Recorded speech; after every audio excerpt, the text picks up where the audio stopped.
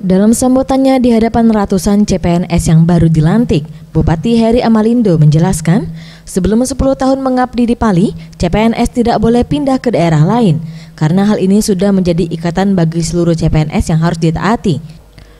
Ia juga berpesan agar seluruh CPNS untuk menjunjung tinggi disiplin kerja, jujur dan menjalankan tugas sesuai aturan.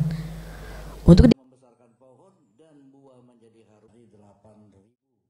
diketahui pada tahun 2016 dan 2018 sudah ada sekitar 650 CPNS yang diterima, dan untuk saat ini masih kekurangan sekitar 2.000 sampai 2.500 PNS agar struktur organisasi serta pelayanan terhadap masyarakat berjalan dengan lancar. Sementara itu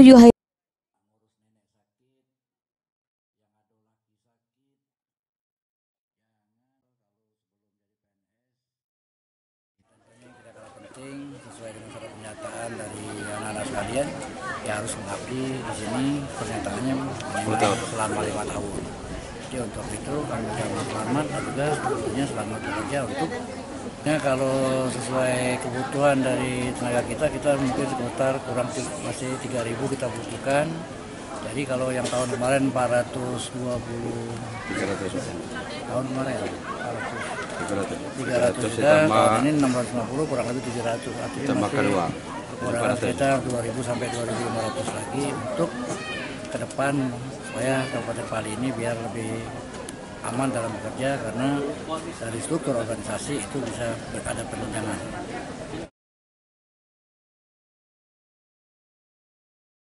Rudin, Kepala Badan Kepegawaian dan Sumber Daya Manusia Kabupaten Pali menjelaskan bahwa mulai 1 Februari 2019 seluruh CPNS sudah mulai bekerja di masing-masing farmasinya dan Maret 2019 sudah mulai menerima gaji.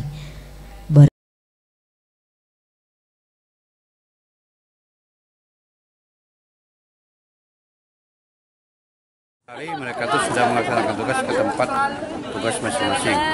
Jadi mereka melaksanakan tugas.